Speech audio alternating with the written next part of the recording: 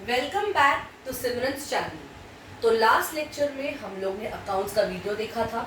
हम लोग ने 3 टाइप्स ऑफ अकाउंट्स देखा था, जो है personal account, real account and nominal account. तो आज हम इन डिटेल एग्जांपल्स देखेंगे of personal, real and nominal account. Let's come to personal account. The very first example is bank overdraft. ना ओवरड्राफ्ट को आप ओडी के साइन से डिनोट कर सकते हैं, यानी कि आप ओवरड्राफ्ट को O/D करके लिख सकते हैं। जरूरी नहीं है कि आपको हर हमेशा ओवरड्राफ्ट ही लिखना पड़े। आप O/D भी लिख दोगे, so it is understood that this is overdraft. Now मैंने आप लोगों को बताया था कि personal account is always related to name, यानी कि समझो for example my bank account is in SBI bank, that is State Bank of India. ठीक है, अब मैं एक बिजनेस वुमेन हूँ, ओके, जैसे बिजनेसमैन होता है, I am a lady, so I am a business women. तो the account which I will have to open is neither fix deposit, is neither savings account, it is current account. That is compulsion. Whoever does business will have to open current account. Now what extra facility does a current account holder gets? That is bank overdraft.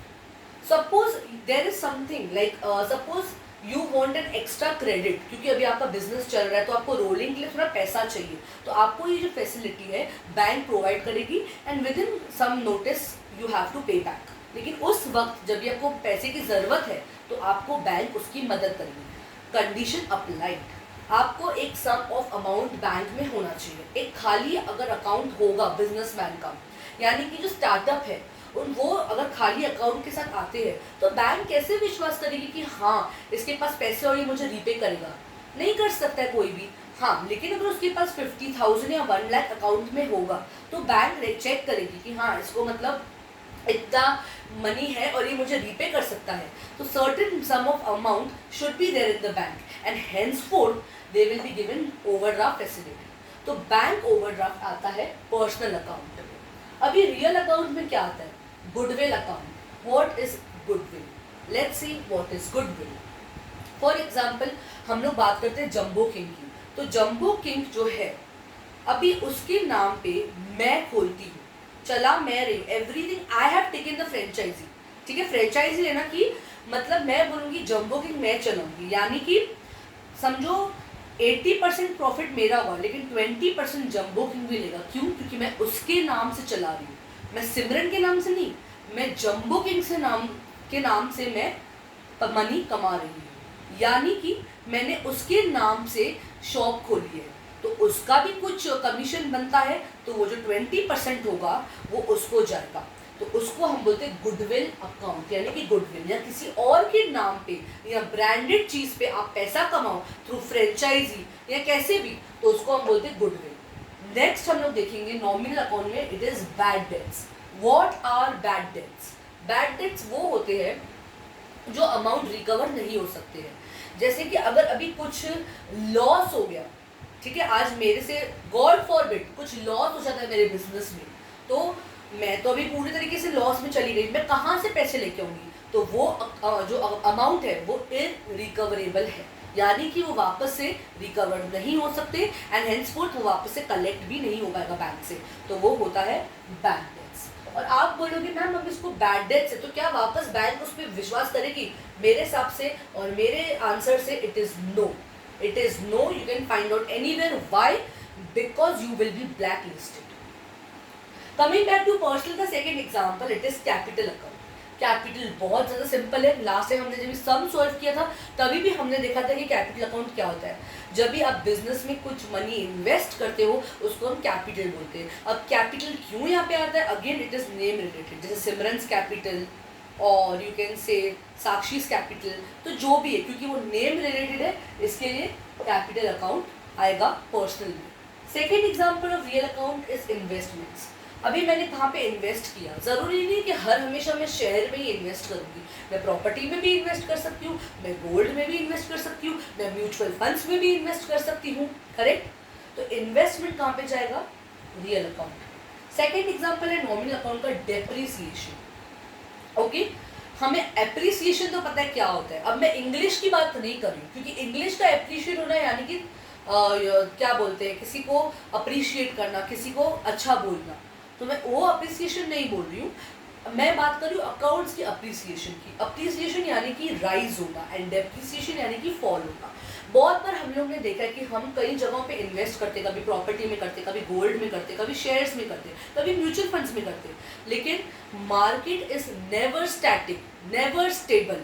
कभी भी आप बोल नहीं सकते हो कि market में loss होएगा ही नहीं या प्रॉफिट ही होगा, आप कभी ऐसे नहीं बोल सकते, ठीक है। वो आपका तजुर्बा यानी कि आप एक्सपीरियंस के थ्रू आप इन्वेस्ट कर रहे हो, लेकिन लॉस प्रॉफिट कुछ भी हो सकता है। So according to your experience, you will invest. So for example, there is a loss in the market that is known as depreciation. या तो कभी गोल्ड के भाव गिर गए, उसको हम बोलते हैं डेप्रिशिएट होना, या कभी बाजियों के भाव गिरना, तो ये सब चीज़ों को हम क्या बोलते हैं, डेप्रिसिएशन, ठीक है। Now third example of personal account is creditors, and fourth भी मैं साथ सिखाऊंगी because that is debtors. Now debtors and creditors go hand in hand, ठीक है। Who are the creditors? Creditors are the one who owe money and debtors are the one who have to give money. मतलब creditors are the takers and debtors are the givers. तो अगर मैं creditor हूँ और मेरी mummy debtor है, तो mummy मुझे, अगर उन्होंने मुझसे 10 टमाटोज लिए है, तो अभी एक टमाटो है 1 रुपये का, तो 10 into 1 10 रुपीज़, तो मैंने उनको 10 टमाटोज दे दिया, आई एम अ क्रेडिटर बिकॉज मैंने उसको मनी टमाटोज दिए है। अभी मम्मी को टमाटोज के बदले क्या देना है मुझे, मनी, तो now she owes money to me and henceforth she is a debtor, I am a creditor because I am a taker and she is a giver. Next में जाऊंगी रियल अकाउंट पे। रियल अकाउंट का जो third example है वो है land and building. Yes, real account, ठीक है। रियल अकाउंट में कैश भी एग्जांपल आता है, बराबर। एंड रियल अकाउंट का क्या स्लोगन है, debit what comes in, credit what goes out. Land and building, furniture and fixtures, everything comes under real account, क्योंकि ये सारा जो है कैश की it is fully dependent on cash। तो लैंड एंड बिल्डिंग जो है वो अगर अभी आपने कहाँ पे फ्लैट खरीदा तो वो रियल अकाउंट में जाएगा, क्योंकि हम लोग ऑफकोर्स बैंक से भी रिलेटेड है, बट हम लोग क्या बोलेंगे, हमने पैसा दिया, तो पैसा हम लोग यूजुअली किस में डिनोट करते हैं, कैश में। तो इसके लिए लैंड एंड बिल्डिंग, क्योंकि आपको मैंने बताया था फर्नीचर एंड फिक्चर्स भी रियल में जाता है, तो land and building is related to that and it is a real account. Nominal account में repair, again debit what all expenses and losses, credit all incomes and gains. Repair is a loss and henceforth it will be coming in nominal account. बचे एक ही example real और nominal के, तो real में nominal में एक और है, तो रियल में मोटर व्हीकल। तो आप बोल सकते हो जो भी, जैसे land and building, motor vehicle, you can say fridge, furniture and fixture, और you can say car, you can say gold, everything will come in real account, ठीक है, बिकॉज ये सब डिनोट होते हैं कैश में, ठीक है। तो जो भी मतलब बोलते हैं ना जो भी मटेरियल चीज़ें हैं, क्योंकि अभी देखो मटेरियल चीज़ें बहुत होती है, बट आजकल के लोगों के लिए मटेरियल चीज़ें क्या है, gold, silver, motor cars, vehicles, आपके क्या बोलते हैं कंप्यूटर्स, इलेक्ट्रॉनिक्स, या आपके फ्रिज एंड ऑल, तो ये सब क्या है इलेक्ट्रॉनिक्स, और ये सब रियल अकाउंट में जाता है, क्योंकि ये सब डेली कैश में होता है। Now cash can be in actual cash और it can be in through cheque also, ठीक है। तो मोटर व्हीकल्स कहाँ पे जाएगा, कहने का तात्पर्य ये है कि ये सब रियल अकाउंट है। नॉमिनल अकाउंट में सैलरी एंड वेजेस आता है, मैंने आपको एक्सप्लेन किया था। सैलरी होता है जो मंथली बेसिस पे मिलता है, वेजेस होता है जो या डेली बेसिस पे मिलता है या तो वीक के बेसिस पे मिलता है। तो वेजेस फार्मर्स को मिलता है, example for wages is farmers, और यू कैन से जो मजदूरी करते हैं उन लोगों के लिए, ठीक है। और जो सैलरी है वो हम जैसे एम्प्लॉयड पीपल जो who work in a private company और may be in multinational companies, right, like a teacher, a doctor, all they get salary for their service. So आज का examples के इस पे हम लोग close करेंगे today. As I had promised you in the last lecture that I will give you in detail examples for the 3 accounts, that is personal, real and nominal account.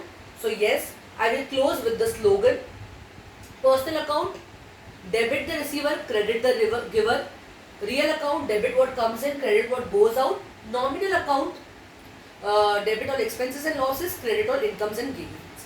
यानी कि A प्लस B यानी personal plus real is not equal to C, that is a nominal account. ये भी मैंने बोला था, अगर आप लास्ट लेक्चर अच्छे से आपने देखा होगा। नेक्स्ट लेक्चर में मैं देखती हूँ आपको एग्जाम्पल दूंगी, यानी कि कोई सम सॉल्व करवाऊंगी या तो मैं कोई और सब्जेक्ट टेकअप करूंगी। So let's see to it. Comment section is always off because my content is not made for kids, because kids are the one who, you know, they are below 5 years and below 5 years only watches cartoons and everything, and इसकी वजह से मेरा comment section बंद है because I take the that it is not made for kids, यानी कि बड़े लोगों के लिए बना हुआ है, right? and बड़े मतलब इंडिया में adult is 18 years, तो you know इसके लिए मेरा comment section बंद होता है, मतलब वहाँ से ही बंद होता है। so yes, thank you so much. Please do not forget to like, share and subscribe. Don't forget to press the bell icon to get the notifications. Thank you so much.